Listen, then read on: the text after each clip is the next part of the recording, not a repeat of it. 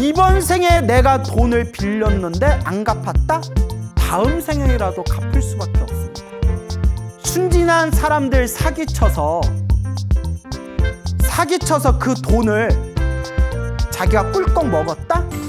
우리 불교의 세계관은 윤회입니다. 다들 알고 계시죠?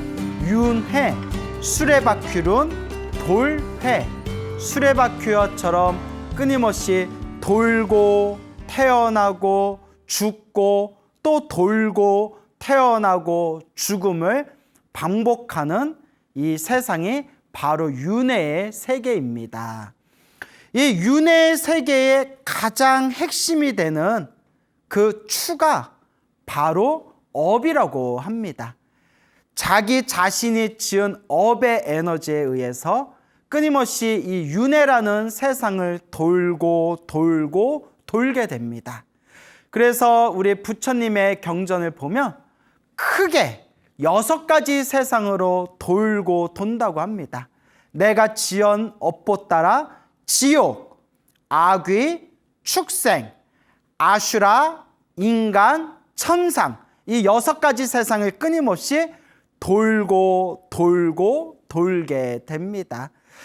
하늘세계 태어났다고 해서 그것이 불교의 궁극적인 목표가 아닙니다. 설사 이번 생에 복을 많이 지어서 하늘세계에 태어나 쾌락을 누린다 하더라도 복이 닿으면 다시 이 윤회 세상에서 끊임없이 돌면서 자기 업보대로 살아가기 때문입니다. 그래서 불교에서는 죽음 이후에 모든 것이 끝났다고 결코 말하지 말아라. 죽으면 모든 게 끝이라고 결코 생각하지 말아라.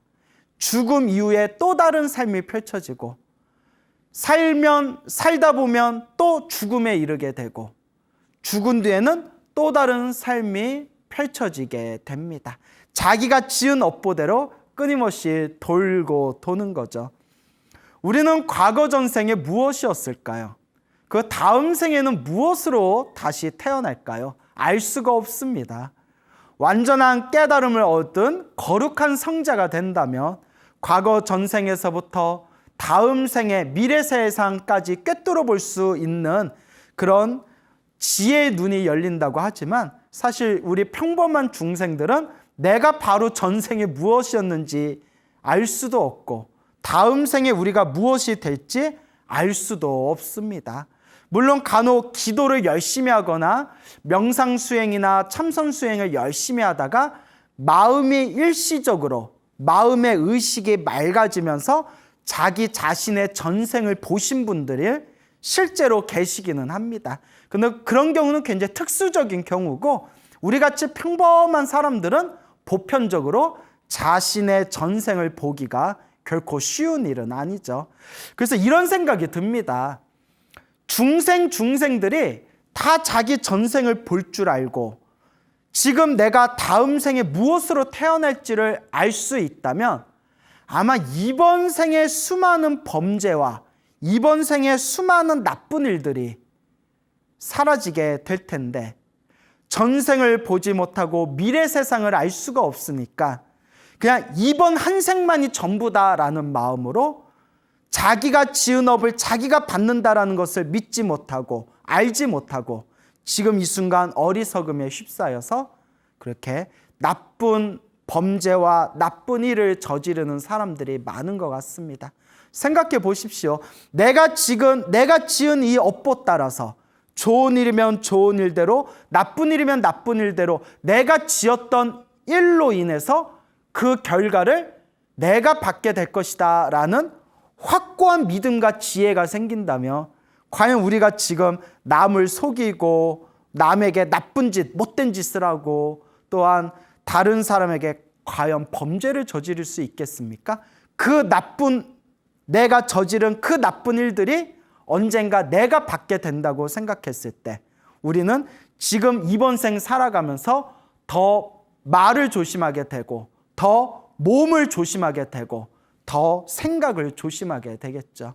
하지만 사람들은 자기가 지은 업은 자기가 받는다라는 이 인과 업보를 믿지 못하기에 우리 중생들은 끊임없이 똑같은 실수와 똑같은 잘못과 똑같은 나쁜 업들을 짓고 있나 봅니다.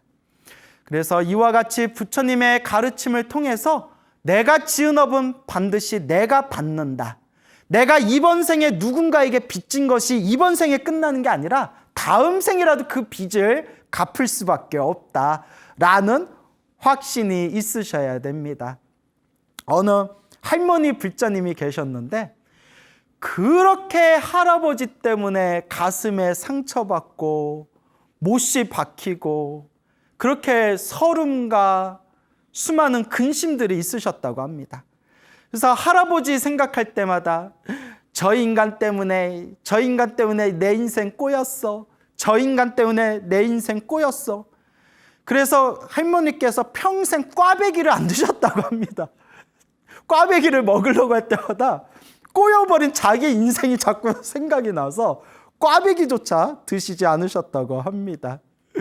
자, 근데 이 보살님께서 할머니께서 하신 말씀이 소나무를 보고 인과 업보에 대한 가르침을 듣고 내가 지은 업을 내가 받는구나.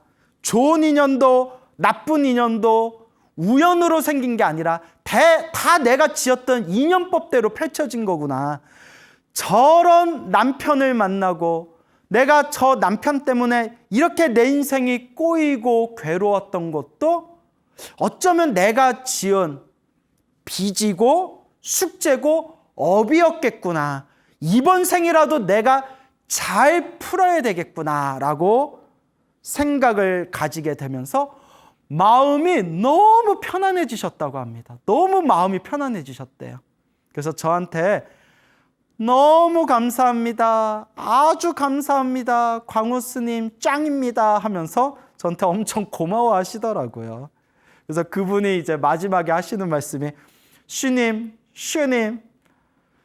말씀처럼 내가 소나무 보면서 기도 열심히 하고 있고 이제 더 이상 할아버지 욕 안 하고 할아버지 더 이상 내가 마음으로 원한 맺었던 거 다 마음으로 그거 빚이다 생각하고 내려놓으려고 노력하는데 내가 이렇게 이번 생에 이 업을 닦는다면 다음 생에는 저 인간 안 만나겠죠? 이러시는 거예요. 스님 만나기 싫어요. 다음 생에 안 만나겠죠? 예, 더 이상 이제 할아버지 원망하지 마시고 그 할아버지가 행복하게 해주세요. 할아버지가 저 남편이 나를 이렇게 힘들고 괴롭혔던 게 전생에 내 빚이고 숙제였습니다. 이제 이 원한을 다 내려놓겠습니다. 저 할아버지가 행복하게 해주세요 라고 기도하시면 다음 생에 더 이상 만나지 않고 만나도 좋은 인연으로 만나실 겁니다 했더니 할머니께서 좋은 인연으로라도 만나고 싶지 않아요 이러시더라고요. 그래서 내가 할머니 그래도 그런 마음을 내려놓으셔야 된다니까요. 좋은 인연으로 이제 만나면 또 할머니한테 다 이 빚을 갚는 거예요 이랬더니 할머니도 막 웃으시더라고요. 그만큼 한이 많이 맺히셨나 봐요. 그래서 지금 연부를 열심히 하고 열심히 수행하신다고 합니다. 인생 지긋지긋해. 자, 그래서 제가 결혼을 안 하는 겁니다. 예, 농담이에요. 웃자간 말이고. 자, 그리고 또 실제로 전생에 좋은 인연으로 만난 분들은 결혼 생활을 해도 금실 좋게 또 살아가신 분들이 있지 않습니까? 다만 이 거대한 윤회의 세상에서 펼쳐진 좋은 일도 나쁜 일도 내가 지은 어변이고 결코 죽음이 끝이 아니다. 다음 생에 우리가 무엇이 되어 다시 만날까? 죽음을 결코 끝이라고 여기지 말아라 라는 것을 명심하시기 바랍니다. 옛날 중국에 장옥이라는 사람이 있었다고 합니다. 성은 장시요, 이름이 옥입니다. 옥, 장옥이라는 사람이 있었는데 이 장옥이라는 사람이 결혼을 해서 이제 딸을 하나 낳습니다. 이제 딸을 낳았는데 이 장옥이라는 사람의 집안은 독실한 불교 집안이었다고 합니다.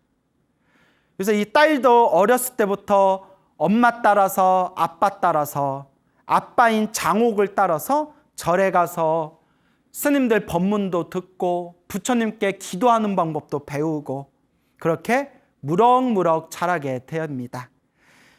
이 장옥의 딸이 어렸을 때부터 부모님 따라하면서 절에 다니다 보니까 이제 자꾸 부모님 따라서 관세음보살도 연불 하고 지장보살도 연불 하다가 이 한 가닥 성근이 있었는지 관세음보살 보문품을 매일매일 열심히 외웠다고 합니다. 관세음보살 보문품, 줄여서 관음경이라고 하죠. 이 관세음보살 보문품, 관음경을 꾸준히 이제 외우다가 어렸을 때는 얼마나 머리가 좋습니까? 애들이 막 스펀지처럼 쫙쫙 빨아들이지 않습니까? 그래서 이 관세음보살 보문품을 통째로 외웠다고 합니다.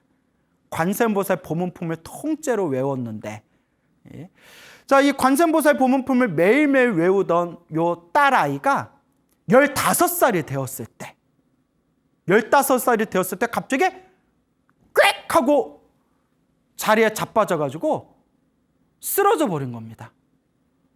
놀래가지고 보니까 숨이 멈춰져 있는 거예요. 우리 아이 어떡하냐, 우리 아이 어떡하냐 하고 집안이 이제 완전 초상집 분위기가 됐겠죠. 그리고 밤나절이 지났을 때 침대에 눕혀놨던 장옥의 이 딸이 벌떡 일어나더니 어휴 하고 한숨을 푹 내쉬더래요. 집안에서 이제 난리가 났겠죠. 15살 된 그 어린 딸이 갑자기 이유도 없이 꽥 하고 쓰러져 버렸는데 숨이 끊겨가지고 이거 장례식을 치러야 되나 말아야 되나 이렇게 지금 집안에서 다들 심각하게 그렇게 고민하고 있던 그 순간에 이 딸아이가 쓰러지고 밤나절이 지나고 난 뒤에 푸시시 일어나서 한숨을 에휴 하고 폭 내쉬는 겁니다. 놀래가지고 아버진 장옥도 놀라고 엄마도 놀라고 집안 사람들도 놀라고 땅도 놀라고 하늘도 놀라고 지나가는 고양이도 놀라고 그만할까요? 다들 놀란 겁니다. 그래서 장옥이 딸한테 어떻게 된 거냐? 너 어떻게 된 거냐? 너 멀쩡한 거냐? 괜찮냐? 그러니까 이 딸아이가 하는 말이 너무나 놀라운 이야기를 하는 거예요. 자기 이렇게 집에 있는데 저승사자가 쓱 찾아왔대. 저승사자 2명이 쓱 찾아와가지고 자 이제 가야 될 때다 어서 가자 하고 자기 이렇게 이제 데려가더래요. 자기를 이렇게 껴안고 저승사자가 산을 펄쩍펄쩍 넘어서 저 산 너머에 진시성을 가진 진짜 진시성을 가진 진간의 집 진간에 딱 자기를 데리고 가더랍니다. 그러더니 애기야 너는 저 진씨 집안에 전생에 빚이 1500전이 있었다. 1500전의 빚이 있었으니 절대 이 빚은 피할 수가 없다. 네가 저 집안에 1500전의 빚을 갚아야 된다라고 저승사자가 얘기하더니 진간의 앞에서 여기서 이제 이야기를 잘 들어야 됩니다. 진간의 앞에 사람 2명이 누워 있었대요. 그러니까 저승사자가 사람 2명이 누워 있는데 저승사자가 시커먼 포대기를 가져와서 한 사람을 시커먼 포대기에 싸가지고 집안에다 휙 던지고 또 옆에 누워있는 또 사람을 또 시커먼 포대기에다가 또 이렇게 둘둘 말아가지고 집안에다가 휙 던졌대요. 2사람을 시커먼 포대기에다가 이렇게 각자 싸가지고 택배입니다! 뭐 택배처럼 집안에다가 휙 던졌어요. 그리고 요 딸도 너는 여자니까 이쁜 걸로 덮어줄게 하더니 얼룩덜룩한 그 꽃그림이 그려져 있는 담요 있지 않습니까? 꽃이 얼룩덜룩 그려져 있는 이불을 가져와서 그 장옥의 딸아이를 이렇게 이제 싸가지고 진신의 집에다 저승사자가 던지려는 찰나에 화려한 옷을 입은 녹색 화려한 옷을 입은 사람이 갑자기 쓱 나타나더니 멈추시오 이러더래요. 저승사자한테 멈춰라. 그 저승사자가 깜짝 놀라서 왜 그러십니까? 이러니까 그 여자아이는 살아생전에 관세음보살 보문품, 관음경을 평소에 지극정성으로 독송한 아이입니다. 그러니 그 아이는 그냥 두십시오라고 그 녹색 옷을 입은 사람이, 파란색, 녹색 그런 화려한 옷을 입은 사람이 멈추시오 하고 저승사자를 딱 맞더랍니다.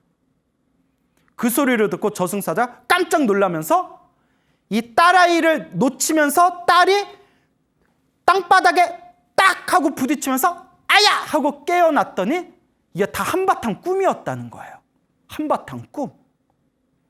그래서 장옥이 놀래가지고 아버지가 놀래서 야야야야, 네가 꿈에서 봤다는 그 집이 어디냐? 몰라. 저승사자가 저 안고서요 산 팔딱팔딱 넘어서 저 산 넘어 진신의 집이라고 했어요. 아 그래? 너무 신기하잖아요. 그래서 그 다음날 이 장옥이 그 산을 넘어가지고 딸이 가르쳐준 대로 더듬더듬 산을 넘어서 그 진신의 집에 찾아갑니다. 진간의 큰 집에 이제 찾아가요. 딱 찾아가서 안녕하십니까. 저는 산 너머에서 살고 있는 장시성을 가진 옥이라고 합니다. 여기 주인장 어른 좀 뵐 수 있겠습니까? 이제 주인 아저씨가 이제 어쩐 일로 오셨어? 산 넘어서 오셨는데 그래 차라도 한 잔 드시지요. 그러면서 이렇게 차 한 잔 따라주면서 이런저런 대화를 나누다가 혹시 어젯밤에 무슨 일 없었습니까? 라고 이제 질문을 한 거예요. 이 장옥이. 왜냐면 딸이 어제 그 꿈에서 저승사자한테 이렇게 붙잡혀가지고 요 진신에 왔거든요. 그러니까 이제 또 딸 꿈 얘기하면 이상하게 볼까봐 자세히 말은 못하고 혹시 어제 집에 무슨 일 없었습니까? 이러니까 그 진신의 주인장 어르신께서 하는 말씀에 글쎄요, 무슨 일 있었나? 특별한 일은 없었고 우리 집에서, 자 여기서 잘 들어야 됩니다. 우리 집에서 키우던 개가 새끼를 낳았는데, 개가 새끼를 낳으면 뭡니까? 세 글자로 개새끼? 강아지라고 하죠. 강아지를 낳았는데 3마리를 낳았는데 2마리는 살고 1마리가 죽었습니다. 이러는 거예요.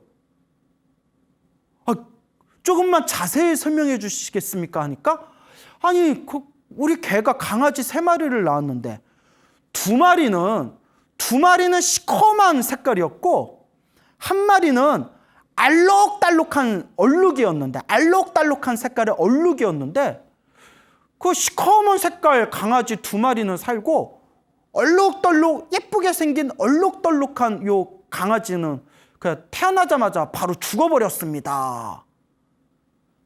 깜짝 놀라면서 장옥이, 여러분 아까 제가 드린 말씀 있지 않습니까?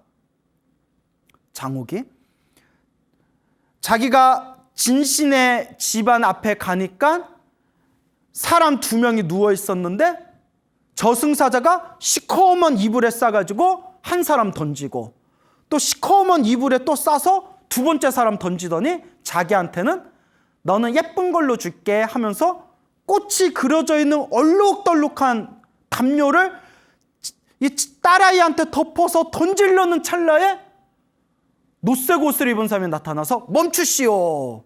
요 딸아이는 관세음보살 보문품을 열심히 독송했기 때문에 던지면 안 된다. 어서 내려놔라. 그 아이가 꿈에서 봤다는 그 이야기가 쫙 생각나면서 온몸에 소름이 와다다다다다다 소름이 돋는 거예요. 이야, 우리 딸이 헛걸 본 게 아니구나. 우리 딸이 제대로 꿈을 꿨구나. 정말 제대로 꿈을 꿨구나. 정말 개꿈을 꾼 거죠. 개꿈. 개로 태어날 뻔했으니까 진정한 의미의 개꿈이죠. 놀래가지고 아유 주인 어르신 감사합니다. 오늘 말씀 고맙습니다. 해가지고 이제 집으로 돌아왔어요. 장옥에. 그리고 이 장옥이 1,500전을 돈 1,500전을 마련합니다. 꿈에서 딸아이가 그 꿈에서 저승사자 만났을 때 저승사자가 저 진신의 집안에 가리키면서 네가 전생에 저 집안에 빚이 1,500전이 있다라고 했다고 했잖아요. 기억나시죠? 그 강아지 새끼만 기억하지 마시고 그 1,500전, 우리 딸이 저 집안에 1,500전 빚이 있구나. 그게 생각나서 그거 갚으려고 1,500전을 마련해서 진신에서 갚으라는 말도 안 했는데 그 집에 딱 간 거예요. 이게 진짜 불자입니다, 여러분. 세상에 공짜가 없어요. 아싸 1,500전, 저 집안은 1,500전 우리 딸이 빚진 거 모르잖아. 아싸 돈 굳었다. 이런 거 없습니다, 여러분.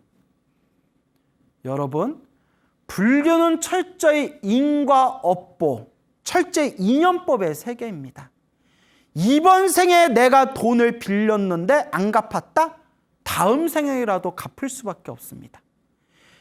못된 놈이, 아주 못된 놈이 순진한 사람들 사기쳐서 그 돈을 자기가 꿀꺽 먹었다? 여러분, 아닙니다. 사기친 사람들 그 돈 다음 생에라도 다 갚아야 됩니다. 그래서 여러분, 인과 업보를 철저히 믿으면 사람이 악하게 살 수가 없어요. 언젠가 이 빚을 내가 갚아야 되는데. 이 세상에 얼마나 사기꾼들 많습니까? 이번 생에 사람들 사기쳤다고 순진한 사람들 비웃지 마십시오. 부처님은 분명히 말씀하셨습니다. 그대가 사기친 거 다음 생에라도 몇 배, 몇십 배, 몇백 배 다 토해내야 된다. 무섭지 않습니까? 남들이 보기에는 인과 업보를 철저히 믿는 불교 신자들이 호구로 보일 수가 있지만 부처님의 깨달음의 눈으로 보면 이 호구처럼 보이는 불교 신자들이 사실은 복과 선업과 공덕을 쌓고 있는 사람들입니다. 이 세상에 공짜는 없습니다, 여러분. 그래서 장옥이 딸의 빚을 갚기 위해서 1,500전을 들고 갑니다. 그 진신의 1,500전을 딱 내놓으면서 이제 이걸로 빚을 제가 갚겠습니다. 우리 딸아이의 빚을 갚겠습니다. 받아주십시오 하니까 진신에도 깜짝 놀라서 아니 이걸 왜 우리한테 주세요? 왜 이러세요? 하면서 받으려 하질 않으니까 이 장옥이 이제 꿈 얘기를 하는 거예요. 우리 딸이 이래서 강아지 2마리가 태어났고 1마리가 죽었는데 얼룩덜룩한 그 강아지가 우리 딸이었을 뻔했다고 막 이러면서 막 이런저런 얘기를 하니까 진신의 집안 사람들도 놀래가지고 그래서 받니 못 받니 하다가 이 진신의 사람들이 그 1,500전을 받습니다. 1,500전을 받은 뒤에 그 돈으로 널리 좋은 곳에 사용했다고 합니다. 그 진신에도 정말 사람들이 바른 사람들입니다. 이렇게 바른 생각을 가진 진신애가 먹는 국을 무슨 국이라고 하죠? 진국이라고 하죠. 진국. 너무 무리습니까? 예. 자, 진국입니다. 자, 어쨌거나 이렇게 훈훈하게 이 이야기가 마무리되었다는 그런 아름다운 관세음보살 가피 이야기가 전해지고 있습니다. 여기서 중요한 게 죽은 뒤에 끝이 아니다. 그리고 내가 전생에 빚진 게 있으면 이번 생에 못 갚아도 다음 생에라도 갚아야 된다. 하마터면 장옥의 딸이 15살에 갑자기 푹 쓰러져서 저승사자한테 끌려가서 저 1,500전 빚이 있었던 저 진신의 강아지 새끼로 태어날 뻔했구나. 그런데 여기서 중요한 거, 강아지로 태어날 뻔한 걸 정체를 알 수 없는 화려한 옷을 입은 사람이 나타나 저승사자를 딱 막아줬잖아요. 그러면서 뭐라고 했죠? 이 아이는 살아생전에 관세음보살 보문품을 열심히 독송했으니 저곳에 들어갈 예가 아닙니다. 어서 내려놓으십시오. 기도해야 됩니다, 여러분. 관세음보살 부문품을 외워도 좋고 천수경을 외워도 좋습니다. 반야심경을 외워도 좋고 금강경을 외워도 좋고 법화경을 하셔도 좋습니다. 나무아미타불 나무아미타불 연불 하셔도 좋습니다. 불자는 기도해야 됩니다. 혹여라도 여러분들이 목숨이 다하여 저승사자 따라서 엄한 길에 갈 뻔할 때 그동안 내가 열심히 기도한 공덕이 있다면 누군가 짠 하고 나타나서 그 사람은 살아생전에 불법을 많이 닦았는데 이쪽으로 가면 될 사람이 아니요, 어서 내려놓으시오라고 혹시 보호해 줄 줄 누가 알겠습니까? 불교는 돈 많이 내라는 말 안 하지 않습니까? 여러분들 희생하고 여러분들 몸뚱아리를 바치라는 말 안 하지 않습니까? 돈을 많이 내야 여러분들을 도와준다는 말, 불교에서는 그런 말 안 하지 않습니까? 기도하고 수행하고 정진하고 이 마음 공부 잘해라. 세상에 이런 종교가 어디 있습니까? 그렇기 때문에 여러분, 항상 자신만의 기도를 잘 닦아나가시기 바랍니다. 혹시 압니까? 우리도 재수 없어서 개로 태어나려고 하다가 광우쌤처럼 생긴 사람이 짠 나타나서 아이 그 사람 살아생전에 그 소중한 나 무한행보 열심히 보던 사람인데 아이 좀 나 주셔 좀 또 이랬지. 예. 웃자고 한 말입니다. 예. 열심히 부처님 믿고 그렇게 공부하시기 바랍니다. 자, 이제 마지막으로 아주 또 재밌고 흥미진진한 이야기 하나 해드릴까 합니다. 저와 친하게 지내는 젊은 스님이 계세요. 아주 우리 한국 불교에 앞으로 인재가 될 만한 정말 순수하고 아주 올바른 생각을 가진 그런 공부 열심히, 기도 열심히 하는 이제 젊은 스님이 계시는데 저한테 직접 해준 얘기예요. 이 스님이 이제 부모님이 계시고 이제 위로 누나가 있고 위로 친누나가 있고 이제 자기가 머리 깎아서 이제 출가를 하셨는데 부모님께서 그 옛날 세대이시다 보니까 본의 아니게 이렇게 낙태를 2번 하셨대요. 낙태를 2번 정도. 근데 여러분, 뭐 낙태의 법이 법적으로 이게 되냐 안 되냐 이런 건 제가 모르겠고요. 뭐 어쩔 수 없이 정말 낙태를 할 수밖에 없는 상황도 있겠죠. 뭐 그런 것까지는 제 윤리적인 문제까지는 제가 뭐 잘 모르겠고요. 오해하지 마시기 바라요. 다만 불교에서는 살생의 업보를 굉장히 무섭게 생각하거든요. 근데 살생 중에서도 사람을 죽이는 업보를 굉장히 무거운 업보로 봅니다. 근데 우리 불교에서 경전을 보면요, 낙태도 뱃속에 있는 아이 낙태하는 것도 사람을 죽인 살생의 업보로 봅니다. 좀 무섭죠. 살생의 업보로 봐요. 그래서 뭐 아함경이라든가 또 대승경전 같은 데 보면 그 일부러 뱃속에 있는 아이 태아를 죽여가지고 그 업보로 죽은 뒤에 지옥에 떨어지는 그런 이야기들도 나오거든요. 근데 우리 불교를 잘 모르는 사람들은 뭐 일부러 했건 뭐 잘 모르고 했건 뭐 낙태하신 분들이 많잖아요. 근데 여러분 또 오해하면 안 되는 게 그 자연유산은 큰 업이 아닙니다. 그냥 내가 원하지 않았는데 자연유산되는 거는 그거는 뭐 아이와 인연이 없어서 그런 것 뿐이고 너무 안타까운 일이지만, 근데 내가 일부러 이 아이를, 뱃속에 있는 아이를 일부러 죽였을 때, 낙태했을 때 그게 굉장히 무서운 살생의 업보로 보거든요. 근데 예전에 그 몇십 년 전에 우리나라에 뭐 하나 낳아서 잘 기르자 이런 산하제한 문화가 있었을 때 그 스님의 부모님이 아이 2을 이렇게 낙태를 하셨대요. 그래서 이미 낙태를 하신 상황에서 나중에 아버지 어머니가 불교 공부를 하면서 아, 우리가 이게 큰 업을 졌구나. 아, 우리가 정말 무거운 업을 졌구나. 여러분, 나쁜 업을 지은 것도 나지만 이 나쁜 업을 이제 소멸하고 새로운 좋은 업을 짓는 것도 나의 몫이고 나의 책임이지 않습니까? 결국 불교의 업이란 건 고정된 게 아니지 않습니까? 그래서 이 죽은 두 아이의 행복을 위해서, 그리고 이 낙태라는 이 악업을 소멸하기 위해서 하염없이 아버지께서 하염없이 부처님께 기도를 올렸답니다. 그렇게라도 이제 자신의 잘못을 뉘우치고 이미 죽은 아이들에게 조금이라도 그 아이들이 행복하기를 바라는 그런 부모의 마음으로 하염없이 아버지께서 기도를 엄청 많이 하셨대요. 그래서 시간이 날 때마다 저 김천의 직지사라고 있지 않습니까? 유명한 절이죠.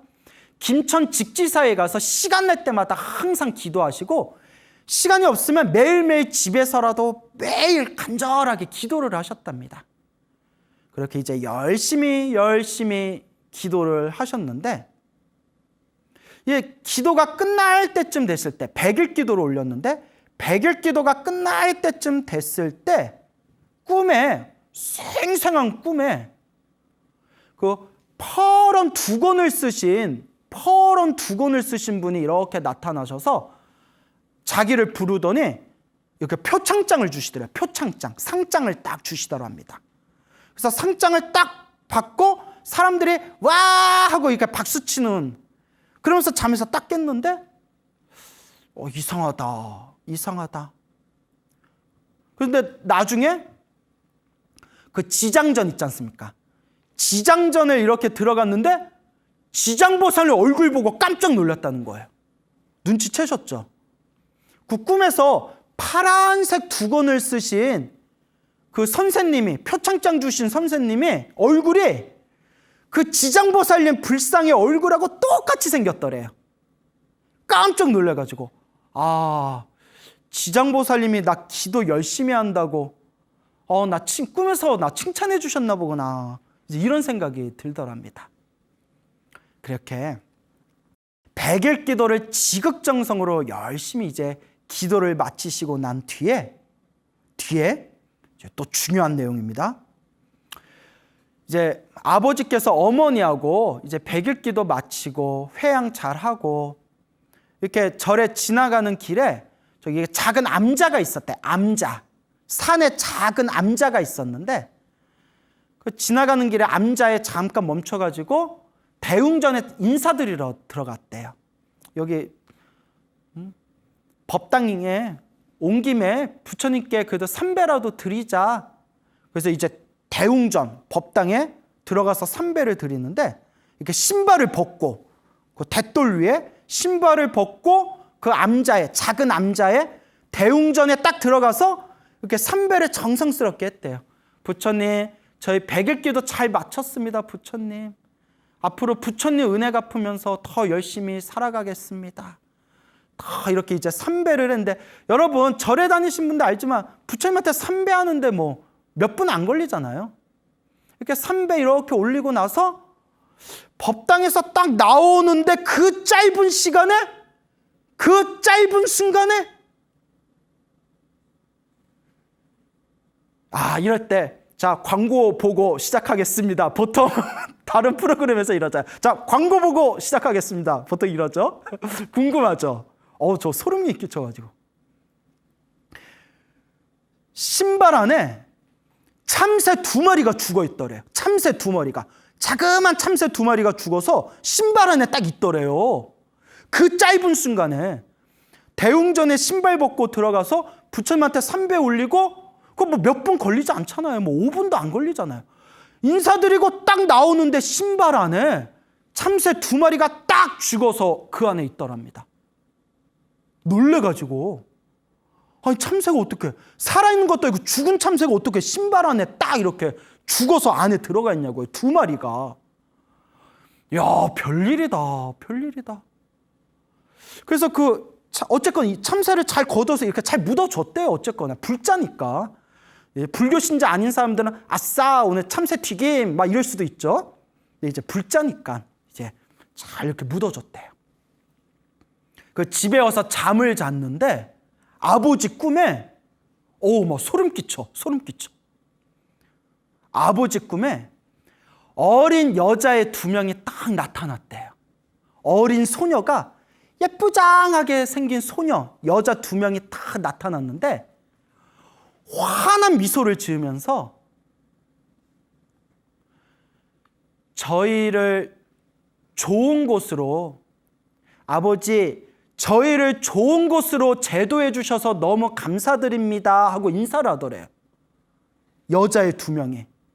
아버지 저희 좋은 곳으로 제도해 주셔서 너무 감사드립니다. 저희 이제 좋은 곳으로 가요. 라고 말을 마치는 순간 꿈속에서 허공에서 환한 문이 나타나더니 문이 싹 열리더래요.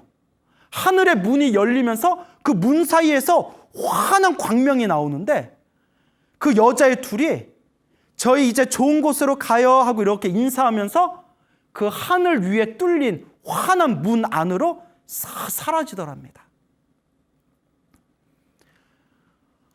아버지가 꿈에서 딱 깨서 눈물이 뚝뚝 떨어지면서 그때 우리가 어리석게 지워버렸던 그 아이들이 좋은 데 가졌구나 하고, 남자의 눈물은 뜨겁지 않습니까? 막 뜨거운 눈물을 막 흘리다가, 그렇게 부처님에 향한 간절한 기도로 그런 꿈을 꾸시고 마음에 한결 편안해지셨다고 합니다. 물론 제일 좋은 거는 생명을 사랑하고 제일 좋은 거는 악업을 짓지 않는 게 제일 중요하죠. 하지만 내가 내 스스로 순간의 어리석음이나 혹은 지혜롭지 못하고 알지 못해서 그러한 잘못을 저질렀을 때 정말 지극한 마음으로, 정성스럽고 지극한 마음으로 참회하고 기도한다면 우리의 업장을 조금이나마 닦을 수가 있는 겁니다. 그래서 이 스님의 아버지 되시는 이 거사님께서 그렇게 이제 기도 체험들이 참 많으신데, 한 가지 이제 기억나는 게, 하루는 이렇게 법당에서 기도를 하셨대요. 열심히 이제 기도를 하시는데 갑자기 이상한 느낌이 쫙 들더니 그 법당 기둥에 숫자 몇 개가 딱 이렇게 숫자가 찍히더랍니다. 숫자가 환한 빛으로 숫자가 보이더래요.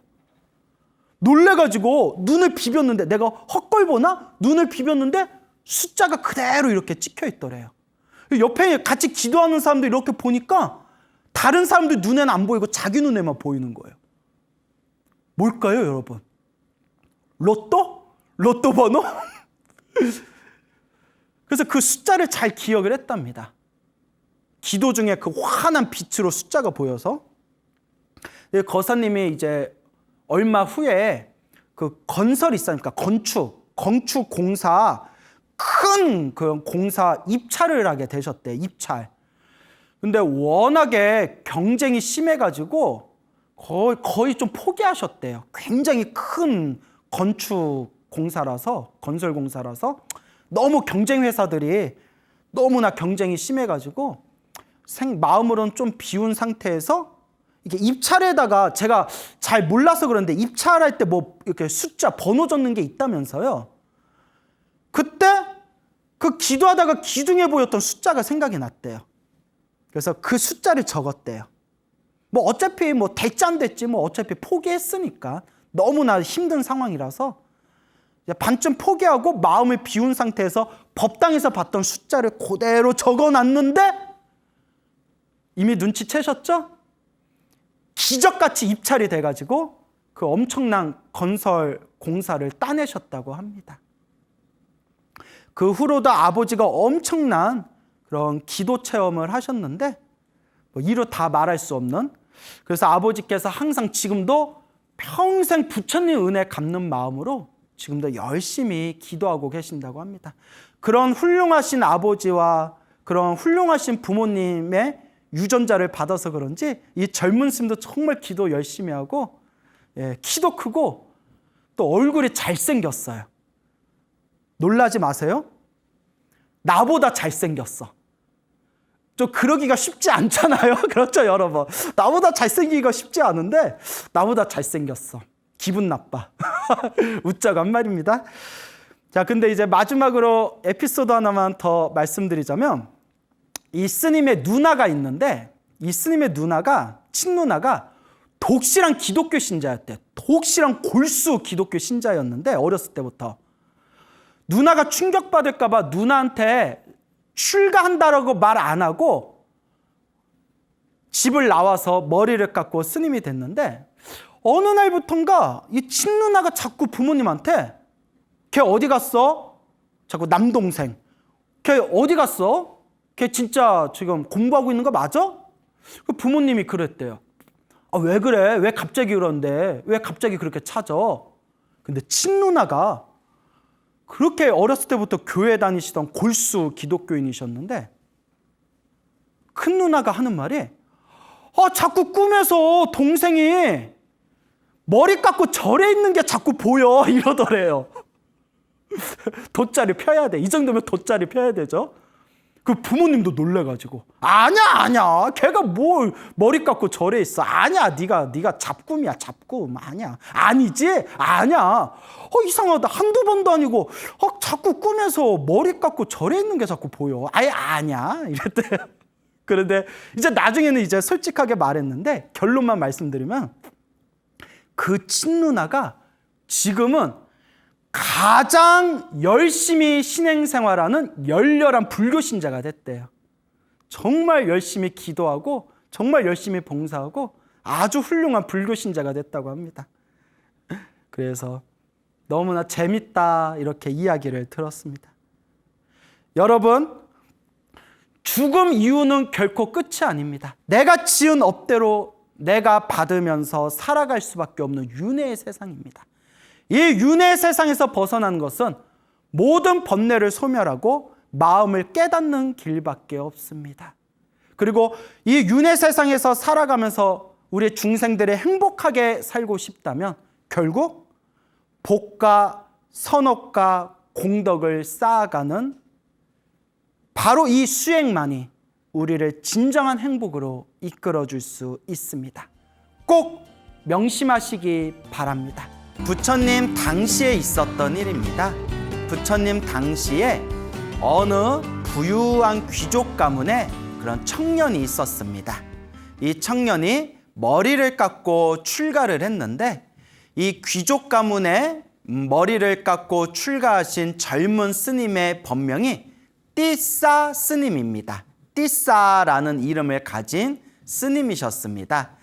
이 띠싸 스님이 어느 시골에 있는 사원에서 안거를 마치시고 나서 신도들에게 그 긴 천을 받았다고 합니다. 긴 천을 받게 되는데 그 천이 굉장히 거칠고 또 이제 굉장히 또 이제 그 두께가 굵고, 그래서 이 천을 가지고 가사를 만들어야 되겠다라고 스님이 생각을 하게 됩니다. 가사라는 것은 여러분들 이렇게 보시면 여기 이제 빨간 천이 보이시죠? 요 빨간 천의 가사라고 합니다. 근데 지금은 이 한국 불교의 스님들은 승복 위에다가 이 가사를 거치지만 원래 부처님 당시에는 이 가사가 승복 그 자체였습니다. 그래서 지금도 저 남방불교, 그래서 미얀마, 스리랑카, 태국과 같은 남방 불교에서는 스님들이 이 가사로서 이렇게 몸에 걸치시고 승복으로 입고 계시는데, 지금 우리나라에서 입고 있는 이 가사는 변형된 가사입니다. 그래서 후대에 내려오면서 북방불교에서 그 기후와 문화에 따라 이 승복 위에 걸치는 가사로 지금은 변형된 거고요. 원래 부처님 당시에는 원래 이 빨간 천인 이 가사로 몸을 걸치는 승복을 대신하였다. 이렇게 이해하시면 되겠습니다. 그래서 이 띠사 스님이 거친 천을 받아놓은 뒤에 이제 자신의 속가 누나의 집에 가게 됩니다. 속가 누나 집에 가서 누나한테 이 천을 맡기면서 누님, 내가 나중에 받으러 올 테니까 이 천을 좀 잘 보관해 주십시오 라고 부탁하면서 누나에게 이제 천을 맡겨 놓습니다. 근데 이 띠사 스님의 속가 누님이었던 이 누나가 이 천을 보니까 천이 너무 두껍고 너무 거친 거예요. 그래서 문득 이런 생각을 합니다.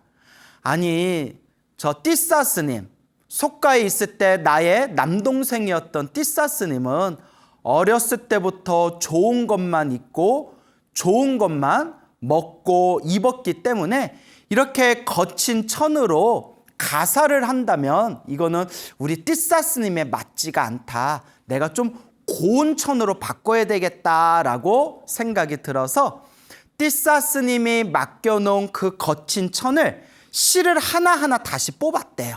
다 실을 뽑아가지고 새롭게 다 새로 다듬고 새로 이렇게 아주 부드럽고 매끄럽게 재단을 한 뒤에 아주 고운 천으로 곱고 만지면 반들반들한 아주 좋은 천으로 그렇게 재단을 새로 했다고 합니다. 그렇게 이제 새롭게 좋은 천으로 이제 만들어 놓은 뒤에 얼마 후에 이제 띠사 스님이 다시 누나에게 찾아옵니다. 누나에게 찾아와서 제가 얼마 전에 맡겨놨던 그 천을 좀 주십시오. 그걸로 가사를 해 입을 겁니다. 라고 이야기를 하니까 그 누나가 맡겨놨던 천을 이렇게 이제 내놓습니다. 근데 띠사 스님이 이렇게 만져보더니 깜짝 놀라면서 누님, 이거는 제가 맡겨놨던 원래 그 천이 아닙니다. 제가 원래 맡겨놨던 천은 굉장히 거칠었는데 지금 주신 이 천은 너무나 보드랍고 너무나 맨질맨질하고 너무나 곱습니다. 이렇게 고운 천을 저는 맡긴 적이 없었습니다. 그러니까 제가 원래 드렸던 그 거친 천을 주십시오라고 띠사 스님이 이야기를 합니다. 그러니까 그 누님이 웃으면서 자초지종을 설명을 하면서 스님이 맡겨놓은 그 천이 너무나 거칠어서 스님이 입기에는 좀 부족하겠다 싶어 제가 실을 다 뽑아서 새로 재단한 천입니다. 원래 이 고운 천이 스님께서 맡겨놓은 그 천입니다. 그러니까 그냥 이거 가져가시면 됩니다. 라고 자초지종을 설명을 합니다.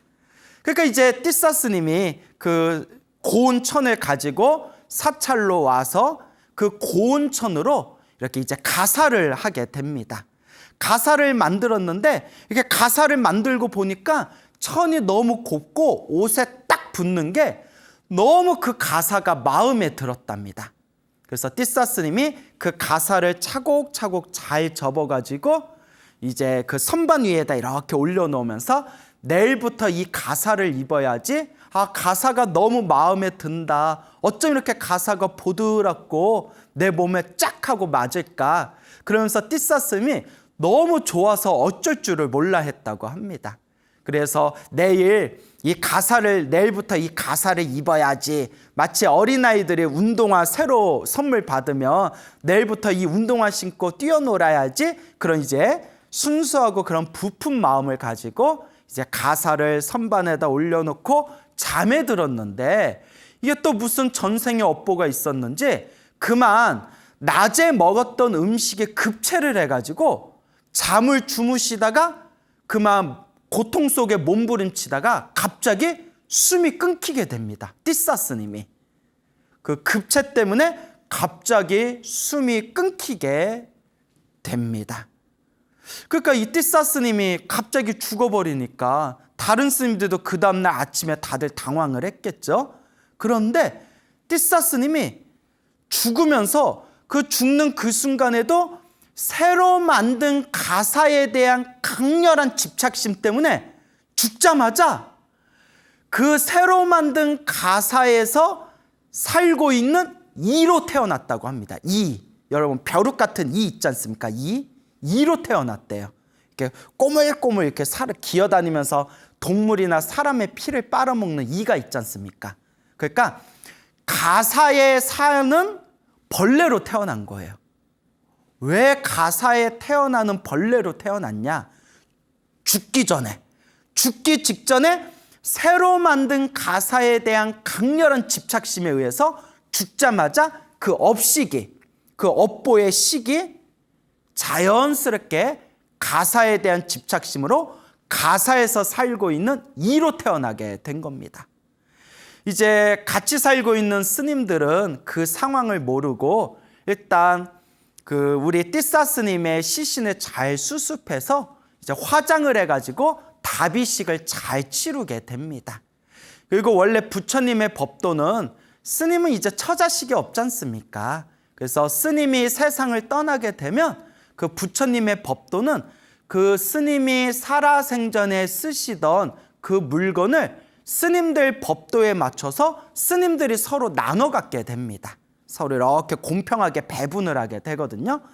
그래서 이 스님들이 띠사 스님의 다비식을 잘 마치고 난 뒤에 이제 띠사 스님이 평소에 쓰셨던 그 물건들을 부처님과 스님들의 법도에 맞춰서 잘 분배를 하다가 마지막에 그 띠사 스님의 새로 만든 가사를 딱 발견하게 됩니다. 그래서 이 가사를 어떻게 분배할 것인가 라는 거에 대해서 고민하고 있을 때 순간 그 가사에서 살고 있는 그 이가 막 소리를 질렀다고 합니다. 저 나쁜 스님들이 내 가사를 훔쳐가구나. 이 가사는 내 건데 내 가사를 훔쳐가는구나 라고 그 띠사 스님의 전생이었던 그러니까 띠사 스님이 죽고 나서 새로 태어난 그 가사 속의 그 이가 소리를 버럭버럭 지르더랍니다. 내 가사를 빼앗지 말아라. 이 나쁜 중들아, 내 가사를 빼앗지 말아라. 이렇게 이가 막 소리를 쳤대요. 근데 여러분, 이가 소리치면 들려요, 안 들려요? 그게 들려도 문제가 있는 겁니다, 여러분. 만약에 저는 들려요 하시는 분들은 둘 중에 하나예요. 신통력이 있거나 아니면 좀 이렇게 병원에서 이렇게 진지하게 상담을 좀 해보셔야 돼요. 이가 소리를 버럭버럭 지르면서 내 가사를 가져가지 말아라, 내 가사를 가져가지 말아라 라고 했을 때 멀리 떨어져 계신 부처님께서 그 가사 속에 있는 띠사 스님이 죽은 뒤에 새로 태어난 가사 속에 있는 그 가사에 있는 이가 소리치는 그 목소리를 들으십니다, 부처님께서. 그래서 부처님께서 당신의 제자인, 당신의 시자인 아난 스님에게 자, 얼른 저 사찰에 가가지고 저 띠사 스님의 가사는 7일 동안 건드리지 말아라 라고 전달하거라 라고 부처님께서 명을 내리십니다. 그래서 아난 스님이 부처님의 말씀을 듣고 그 사찰까지 이렇게 부지런히 걸어가서 그 사찰에 있는 스님들에게 스님, 부처님께서 띠사 스님의 그 새 가사는 7일 동안 건들지 말아라 라고 명을 내리셨습니다. 그러니까 다른 물건은 분배하시되 그 띠사 스님의 새로 만든 가사는 7일 동안 만지지 마시고 그냥 두십시오 라고 그렇게 그 사찰에 있는 스님들에게 당부를 합니다. 어쨌거나 이제 그 사찰에 있었던 띠사 스님의 도반 스님들은 부처님께서 7일 동안 건들지 말라고 했으니까 무언가 깊은 뜻이 있겠지 하고 띠사 스님의 그 새로운 가사, 띠사 스님이 죽은 뒤에 그 이로 태어난, 그 가사 속에 이로 태어난 그 새로운 가사를 만지지 않고 원래 선반 자리에다가 그대로 두었다고 합니다. 그렇게 하루가 지나고 이틀이 지나고 사흘이 지나고 7일이 지납니다. 일주일이 지나고 7일이 지나고 8일째가 딱 되는 날, 여러분 중요한 겁니다. 8일째가 딱 되는 날 띠사 스님이 죽어서 태어난 그 이가 갑자기 목숨이 끊어지면서 하늘색의 도솔천에 태어나게 됩니다. 하늘색의 도솔천이라는 하늘 세상에 새롭게 하늘색의 신으로 태어나게 됩니다. 이해가 가세요? 그러니까 띠사스님이 급체가 돼가지고 죽은 뒤에 가사 속에 살아가는 그 이로 태어났다가 7일이 지난 뒤에 8일째 되었을 때 그 이가 죽어서 하늘색의 도솔천으로 태어나게 된 겁니다. 그때 부처님께서 이 모든 상황을 깨달음과 신통력의 눈으로 다 꿰뚫어 보신 뒤에 7일이 지나고 8일째 그 이가 죽어서 하늘색의 도솔천에 태어난 것을 꿰뚫어 보시고는 이 사찰에 있는 스님들에게 비구들이여, 스님들이여, 그 띠사 스님의 가사를 이제 조각조각 내가지고 스님들끼리 똑같이 분배하도록 하여라 라고 그렇게 이제 말씀을 하십니다. 그래서 그 스님들이 이제 띠사 스님이 만든 새로운 가사를 똑같이 칼로 잘라가지고 똑같이 스님들이 분배를 했다고 합니다. 그렇게 이제 잘라놓은 가사자락은 나중에 스님들의 이제 이 가사가 찢어지게 되면 거기다가 이제 더 씌워가지고 이제 꼬매기도 하고 또 이제 새롭게 뭔가 필요한 곳에 이제 쓰시게 되겠죠. 어쨌거나 그렇게 이제 모든 일을 마치고 난 뒤에 하루는 이제 스님들끼리 모여서 서로 이렇게 대화를 나눴다고 합니다. 야, 좀 이상하지 않냐?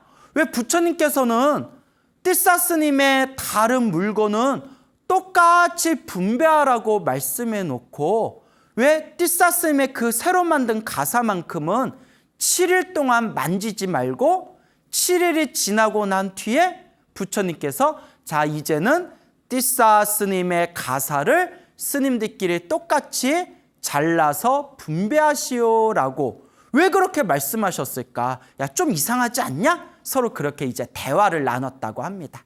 그때 부처님께서 이제 싹 지나가시다가 스님들이 무슨 대화를 저렇게 열심히 나누나 하고 살짝 들어봤더니 그 띠사 스님 가사를 가지고 이런저런 대화를 하고 있다는 것을 부처님께서 듣게 되십니다. 그래서 부처님께서 이 스님들에게 가르침을 줘야 되겠구나. 그 이치에 대해서 왜 그런 상황이 펼쳐졌는지에 대해서 이 스님들에게 가르침을 줘야 되겠구나라고 생각을 하십니다. 그래서 부처님께서 스님들이 대화하고 있는 곳으로 싹 가면서 비구들이여, 비구들이여, 이제 남자 스님을 비구라고 하죠. 비구들이여, 무슨 대화를 그렇게 나누고 있는가라고 부처님께서 물어보시니까 이 스님들이 부처님 사실은 이러이러해서 그 띠사 스님 가사를 왜 7일 동안 만지지 말라고 했는지 이런저런 대화를 나누고 있었습니다라고 그렇게 이제 대답을 하게 됩니다. 그때 부처님께서 다음과 같이 말씀하십니다. 그대들이여, 나의 말을 잘 듣거라. 지금 내가 말하고 있는 이 이야기를 반드시 귀담아서 듣거라. 다름이 아니라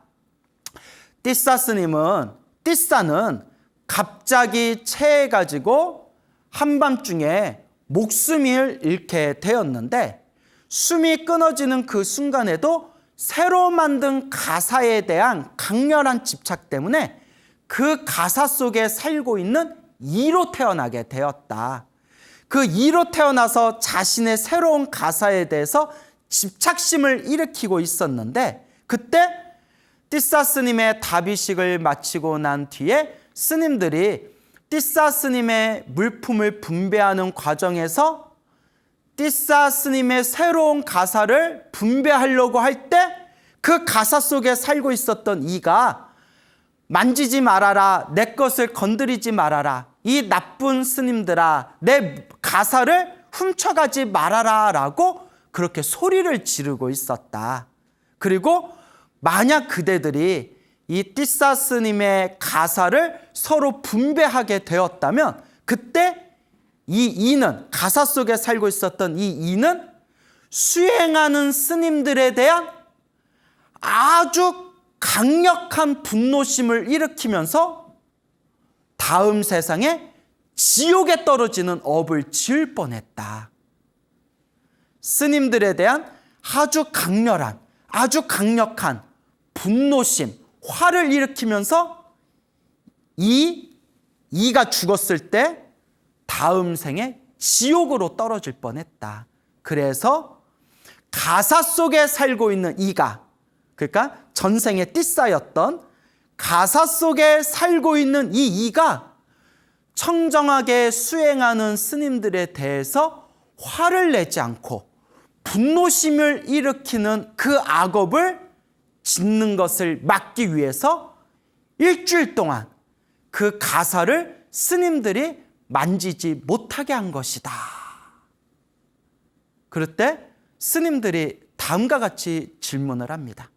그러면 부처님, 그렇다면 왜 7일이 지난 뒤에 8일째 되었을 때 왜 띠싸 스님의 가사를 스님들이 공평하게 분배해도 좋다라고 그렇게 말씀하신 겁니까?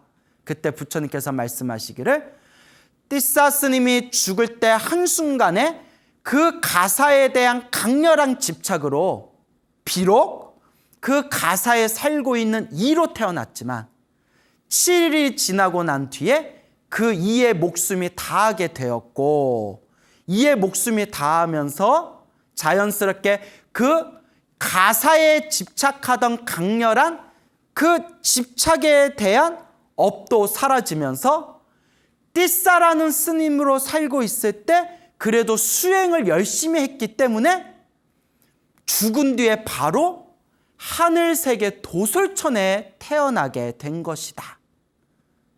부처님은 이와 같은 모든 중생들의 업보와 인연법을 다 꿰뚫어 봤기 때문에 그 띠싸가 죽은 뒤에 태어난 그 이가 일주일 만에 목숨이 다해서 하늘세계 도솔천에 태어난 것을 다 꿰뚫어 보고 그대들에게 자, 띠싸 스님의 새로운 가사를 그 사찰에 살고 있는 스님들이 공평하게 분배하시오라고 부처인 내가 그대들에게 가르침을 준 것이다 라고 부처님께서 말씀을 하십니다. 그 자리에 있던 수많은 스님들 깜짝 놀라면서 부처님 참으로 몰랐습니다. 참으로 그런 사연이 있는 줄 몰랐습니다. 그리고 부처님 너무나 무섭습니다. 너무나 무섭습니다. 수행을 하던 스님이 죽기 직전에 그 가사에 대한 강렬한 집착을 일으켰다는 것만으로 그 가사에 태어나는 그 가사 속에서 살고 있는 이로서 태어나 살아갔다는 것이 그 인과법이 너무나 무섭습니다. 부처님. 부처님, 집착이라는 것은 이렇게 무서운 것 같습니다. 라고 그 자리에 있던 스님들이 다들 놀라워합니다. 부처님께서 스님들에게 다음과 같이 말씀하십니다. 비구들이여, 그와 같다. 중생들에게 있어서 집착은 이와 같다. 마치 철에서 나온 녹이, 철이 부식해서 철에서 나온 녹이 결국 그 철을 녹슬게 하고 부식시키듯이 중생의 마음에서 나온 그 집착이 중생을 파멸의 세계로 이끌게 된다. 중생에게 있어서 이 집착이라는 것은 이와 같이 무서운 것이다 라고 부처님께서 말씀하십니다. 그리고 그 자리에 있는 수많은 수행자들에게 부처님께서 다음과 같은 개송을 설하십니다. 철에서 나온 녹이 철을 부식시키듯이 자신이 지은 악업이 자신을 나쁜 세계로 끌고 간다. 자기 자신이 지은 악업이 자기 자신을 나쁜 세계로 끌고 간다라고 부처님께서 가르침을 설하십니다. 자, 이 이야기를 조금만 간단하게 분석해 볼까요? 띠싸라는 스님이 있었고 띠싸라는 스님이 그 천을 가지고 가사를 만들었는데 가사가 너무나 마음에 쏙 드는 거예요. 그래서 내일 내가 저 가사를 입고 내일부터 생활해야겠다라고 그런 어떤 집착, 부푼 마음을 안고 그날 잠이 들었는데 갑자기 급체를 해서 목숨이 끊기게 됩니다. 그런데 죽는 그 마지막 순간에도 가사에 대한, 저 가사를 내일 입어야 되는데, 저 가사를 내일 입어야 되는데, 가사에 대한 강렬한 집착 때문에 죽자마자 가사 속에 살고 있는 이로 태어나게 됩니다. 그 한순간의 집착 때문에. 그리고 스님의 다비식을 마치고 나서 그 가사를 분배하려고 했을 때 그 가사 속에 살고 있는 그 이가 나쁜 스님들아, 나쁜 중들아, 내 가사를 건들지 말아라 라고 분노심을 일으키게 됩니다. 부처님께서 신통력으로 이 모든 상황을 꿰뚫어 보신 뒤에 만약에 스님들이 지금 가사를 나눠 갖게 되고 저 이가 아주 강력한 분노심을 일으키게 되면 전생에 띠싸였던 저 이가 죽은 뒤에 지옥에 떨어지게 될 것이다. 그러니 스님들에게 저 새로운 가사를 만지지 말고 그냥 두어라 라고 내가 명령을 내려야 되겠다. 그리고 안한 스님에게 시켜서 그 가사를 일주일 동안 절대 건드리지 말라고 부처님께서 명을 내리십니다.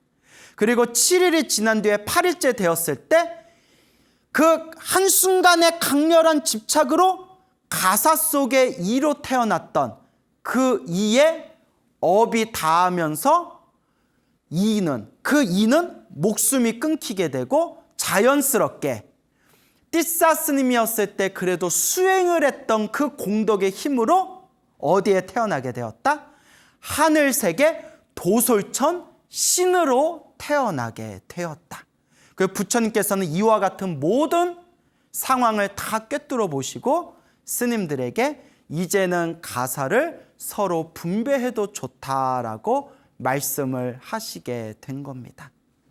그래서 여러분, 이와 같이 우리 앞에 펼쳐진 모든 좋은 인연도, 우리 앞에 펼쳐진 모든 나쁜 인연도 결국은 누가 지은 업일까요? 내가 지은 업이라는 거예요. 몸으로 지은 업, 입으로 지은 업, 생각으로 지은 업, 몸과 말과 생각으로 지은 업들이 지금 내 앞에 펼쳐진 행복과 불행으로 펼쳐지게 되는 겁니다. 너무도 무섭고 너무도 무서운 인과 업보의 이치입니다. 혹자는 이런 생각을 할 수가 있습니다. 아니, 그래도 평상시에 수행을 많이 하셨던 분인데 그 죽기 전에 가사에 대한 집착을 일으켰다고 가사 속에 살아가는 이로 태어났다는 것은 너무 과하지 않습니까? 자, 그런데 우리가 불교 교리를 공부하게 되면 불교 교리에 이런 내용이 나옵니다. 우리 불자분들이 꼭 알아두었으면 하는 내용입니다. 아주 중요한 겁니다. 불교 교리에 의하면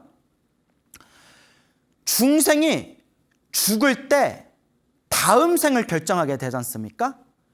중생이 죽을 때 다음 생으로 넘어가는데 다음 생을 결정짓는 가장 첫 번째 요소가 죽기 전에 한 생각이라고 합니다.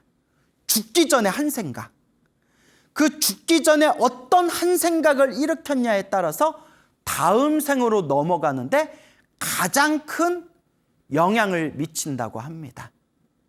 그리고 만약에 죽기 전에 자신만의 강렬한 그 한 생각, 그 집착하는 한 생각이 없이 그냥 비몽사몽 아무 생각 없이 죽을 때에는 두 번째로 평소에 자기가 지었던 업보를 따라서 다음 생이 결정된다고 합니다. 그러니까 다음 생에 새로운 몸을 받는데 가장 중요한 요소가 바로 죽기 전에 한 생각이라는 거예요. 그래서 이 연불법에서는, 연불 법문에서는 평상시에 나쁜 짓을 많이 했던 사람이라 하더라도 그 죽기 전에 그 마지막 한 생각에 자기가 살아왔던 삶을 진심으로 반성하면서 간절하게 강렬하게 나무아미타불 10번만 부르면 다음 세상에 극락세계 태어난다고 가르치고 있습니다. 그래서 어떤 분이 큰 스님에게 질문을 합니다. 그 용수보살이라는 인도의 아주 위대한 큰 스님에게 질문을 하되, 사람이 죽기 전에 염불을 하면 평상시에 나쁜 짓을 했다 하더라도 죽기 직전에 간절하게 정성스럽게 염불하면 불국토에 태어난다고 했는데 그게 어떻게 가능하겠습니까? 라고 했을 때 용수보살께서 하신 말씀이, 사람이 죽을 때 그 한 생각이 가장 강력합니다. 그래서 죽기 전에 가장 강력한 에너지를 담고 있는 그 한 생각에 무슨 생각을 하냐에 따라서 다음 생이 결정됩니다. 그래서 죽기 전에 간절하고 정성스럽게 부처님을 생각하면 비록 살아생전에 악업을 많이 지었다 하더라도 내가 죽기 전에 그 한 생각에 간절한 부처님을 생각한 공덕의 힘에 의해서 불국토에 태어날 수 있는 겁니다 라는 그런 내용들을 논서 팔만대장경에서 이렇게 찾아보면 논서에 그런 내용들이 나옵니다. 근데 이런 내용은 정말 마음 깊이 부처님에 대한 강력하고 부처님에 대한 완전한 믿음, 신심이 갖춰지지 않으면 웬만한 사람들은 이런 이야기 들어도 쉽게 믿을 수가 없는 내용일 겁니다. 그래서 이 띠사 스님도 비록 스님으로 있을 때 수행을 하기는 했지만 죽기 전에 그 가사에 대한 그 강렬한 집착 때문에 일주일 동안 가사 속에 살고 있는 이로 태어나게 되었고, 일주일에 그 업이 다 사라지고 난 뒤에는 띠사 스님이었을 때 쌓아놓은 그 공덕의 힘으로 하늘세계 도솔천 신으로 태어나게 된 겁니다. 죽기 전에 한 생각이 다음 세상 나의 새로운 몸을 결정하는 제 첫 번째 원칙이 된다. 자, 그러면 여러분들은 지금 어떤 생각을 하고 계십니까? 여러분들은 과연 언젠가 우리가 죽을 때 무슨 생각을 하면서 여러분들은 이 세상을 떠나시렵니까? 어떤 분이 웃으면서, 에이 스님, 그러면 그냥 이렇게 빈둥빈둥 놀다가 절에도 안 다니고 놀다가 그냥 죽기 전에 나무아미타불 10번만 하면서 나무아미타불 10번 부르고 나무아미타불 생각하면서 죽으면 그럼 되겠네요. 그럼 뭐하러 수행해요? 맞습니다. 맞는데 여러분, 놓쳐서는 안 되는 게 있습니다. 여러분, 죽기 직전에 부처님을 생각하면서 나무아미타불 염불하면서 죽기 직전에 부처님을 간절하게 부르면서 죽을 정도가 되려면 지금 이 순간 살아생전에 우리가 얼마나 염불을 많이 닦고 얼마나 많이 수행을 하고 얼마나 많이 습관을 들여야 되는가, 그 부분을 절대 우리가 놓치거나 가볍게 여기서는 안 됩니다. 지금 이 순간 살아생전에 염불을 열심히 하고 수행이 습관이 되고 지금 이 순간 살아있을 때 많이 나무아미타불을 불렀기 때문에 죽기 직전에 그 한 생각에 우리가 간절하게 염불을 할 수 있고 부처님을 부를 수가 있는 겁니다. 그런데 평상시에 하나도 염불 수행도 하지 않고 따로 수행도 하지 않고 공부도 하지 않았는데 에휴, 죽을 때 그냥 나무아미타불 이렇게 10번 채우면 되겠지. 그럴 때 제가 좋아하는 표현이 있습니다. 여러분, 그렇게 쉽게 생각하다가 막판에 한 번에 훅 갑니다. 한 번에 훅 갑니다. 절대 그렇게 가볍게 생각해서는 안 됩니다, 여러분. 그래서 이와 같은 띠사 스님의 일화가 담겨져 있는 불교설화 등을 통해서 평상시에 내가 좀 착한 일을 많이 했다 하더라도 죽으면서 무슨 생각을 하면서 죽냐에 따라서 내 다음 생의 몸이 결정될 수가 있겠구나. 내가 평상시에 좀 못된 짓을 많이 했다 하더라도 말년에 마지막에 죽는 순간에 진심으로 참회하고 부끄러워하고 반성하면서 간절하게 부처님을 부른다면 그래도 우리가 부처님 가피, 그 공덕의 힘에 의해서 그래도 우리가 구제받을 수 있는 그런 놀라운 부처님의 힘과 에너지가 있구나라는 것을 우리가 살펴볼 수가 있는 겁니다. 여러분들은 과연 죽을 때 무슨 생각을 하면서 이 세상을 떠나시렵니까? 아이고, 내 아파트를 집착하면서 죽으면 아파트에 기어다니는 바퀴벌레로 태어나렵니까? 아이고, 내 명품 가방,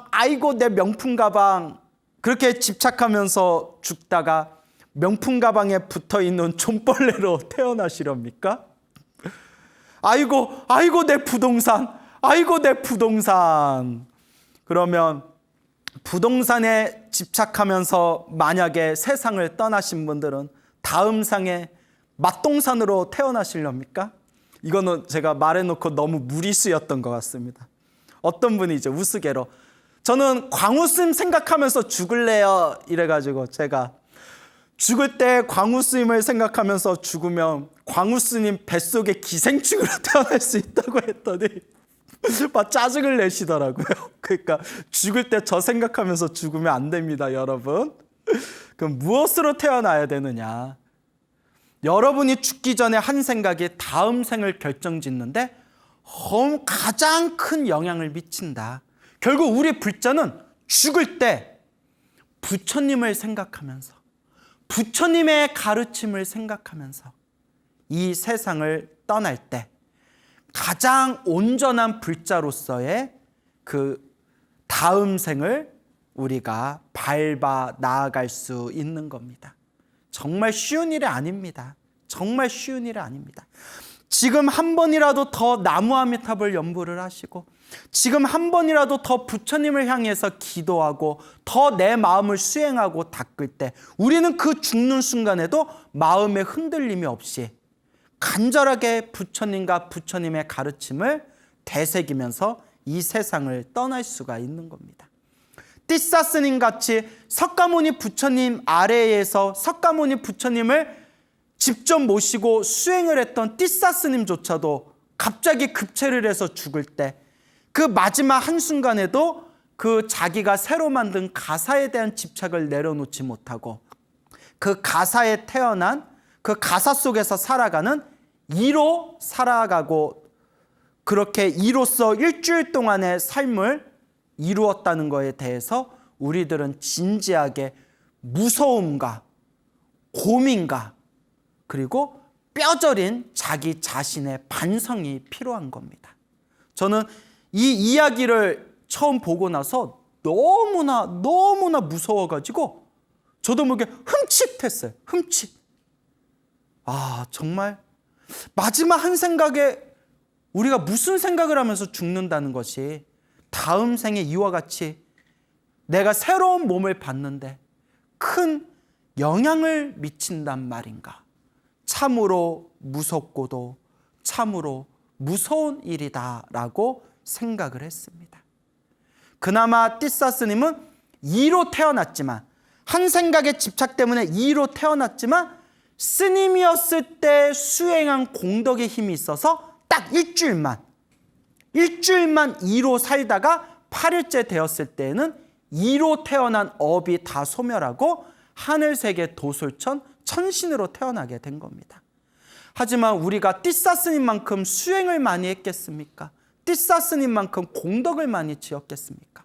우리가 한번 사람의 몸을 잃고서 이로 태어나거나 벌레로 태어나거나 짐승으로 태어났다면 우리는 일주일이 아니라 7년을 살지 700년을 살지 7생을 살지 언제 우리가 다시 사람 몸을 받아서 부처님 법을 만날 수 있을지 정말 어렵고도 어렵고 무섭고도 무서운 일입니다. 그러니 우리 불자들은 자꾸 수행을 하고 자꾸 마음을 닦아야 됩니다. 제가 이제 불교 TV에서 이렇게 많은 분들에게 부처님의 가르침을 전하다 보니까 이렇게 많은 분들이 오셔서 상담을 하실 때가 있잖아요. 근데 이제 상담 오실 때 어떤 분은 그냥 너무 광우 스님이 좋아서 광우 스님 얼굴 보고 싶어서 왔다라는 그런 싱거운 분들도 계시고, 고마운 분들이죠. 고마운데 이제 찾아온 이제 사연은 이제 싱거운 거잖아요. 그냥 얼굴 보러 온 거예요. 얼굴 보러. 그리고 어떤 분은 이제 개인적으로 궁금한 게 있어서 이제 찾아오시는 분들도 있고. 그래서 이제 소소한 개인적인 궁금한 게 있으신 분들은 제가 직접 찾아오지 말고 저 화계사 종무소에 전화하면 제 이메일이 있거든요. 그러니까 멀리서 굳이 찾아오지 마시고, 저도 좀 바쁜 사람이니까, 그래서 이메일로 이렇게 질문하시면 제가 이메일로 이렇게 좀 늦더라도 보통 답장을 드리거든요. 그리고 그 중에서는 정말 힘들고 괴롭고 답답해서 찾아오시는 분들이 계시는데, 어떤 분은 정말 제가 가슴이 억장이 무너질 것처럼 너무나 불쌍하고 너무나 힘드신 그런 사연을 갖고 오신 분들이 있어서 내가 막 슬퍼가지고 도대체 이렇게 힘들고 이렇게 괴로운 분들한테 내가 무슨 말을 해드릴 수가 있을까? 내가 부처님같이 신통력이 있으면 신통력으로 뿅 하고 내가 좀 도움을 드리고 싶은데 저는 신통력도 없고, 그렇다고 제가 뭐 엄청난 법력을 가지고 있는 큰 스님도 아니고, 그냥 불교 TV에서 사람들에게 좋은 이야기 해주다 보니까 저 광우 스님 만나면 뭐 좀 좋은 이야기라도 들을 수 있을까 싶어서 찾아오신 정말 힘겨운 분들을 보면 제가 무엇라 말씀을 드릴지 저 자신이 너무나 답답할 때가 있습니다. 그런 분들에게 제가 솔직하게 드릴 수 있는 얘기는, 이 모든 불행도, 이 모든 힘들고 이 모든 괴로운 지금의 이 모든 상황도 결국 부처님께서는 다 내가 지은 업이다라고 하셨습니다. 그러니 기도하세요. 지금부터 오직 기도하세요. 좋은 일이 생기든 나쁜 일이 생기든 다 내가 지은 업이다 생각하고, 지금 이 순간 조금이라도 업장을 소멸하기 위해서 지금 이 순간 간절하게 피눈물 흘리는 마음으로 간절하게 기도하세요라고 말씀을 드립니다. 그래서 스님 어떤 기도할까요? 할 때 제가 이제 가장 많이 권해드리는 게, 이제 금강경 독송하시거나 법화경 사경하시면서, 그래서 항상 아침에 눈 뜨면 저녁에 잠들 때까지 항상 나무 아미타불을 부르든 관세음보살을 부르든 지장보살을 부르든 간절하게 염불해라 라는 말씀을 제가 간곡하게 드립니다. 불자님, 지금 이 괴로움이 다 전생에 내가 지은 나의 업보들인데 지금 조금이라도 닦고 가지 않으면 다음 생에 이 괴로움을 또 받아야 됩니다. 그러니까 지금 이 순간에라도 간절하게 염불하고 기도하셔서 조금이라도 이 업장을 소멸하고 가셔야 됩니다라고 간곡하게 말씀드립니다. 제가 그 힘들어하는 분들에게 드릴 수 있는 얘기는 하나밖에 없습니다. 기도하세요. 염불하세요. 기도하고 조금이라도 복을 지으면서 이 마음을 잘 닦으세요. 이번 생에 조금이라도 닦고 가야 됩니다 라는 말씀밖에 드릴 수가 없습니다. 그래서 많은 불자님들에게 오늘 이야기를 통해서 꼭 당부드리고 싶은 게 있습니다. 과연 여러분들은 평생 절에 다녔다고 하지만 평생 절에 다니신 여러 불자님들은 과연 마지막 나의 임종 직전에 내 숨이 끊어질 때 과연 나는 무엇을 생각하면서 이 세상을 떠나시렵니까? 저의 소원이 있다면 저는 제 마지막 숨이 끊어질 때 간절하고 정성스럽게 저는 나무 아미탑을 염불하는 거랍니다.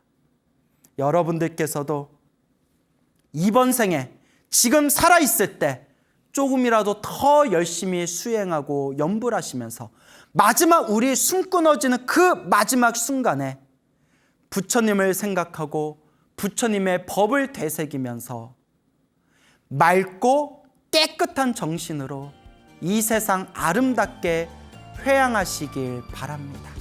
여러분, 행복해지고 싶습니까? 행복한 삶을 창조하고 싶습니까? 복을 지으십시오. 선업을 지으십시오. 공덕을 쌓으십시오. 복과 선업과 공덕의 힘이 여러분들을 진정한 행복의 길로 이끌어 줄 것입니다. 여러분, 성불하십시오.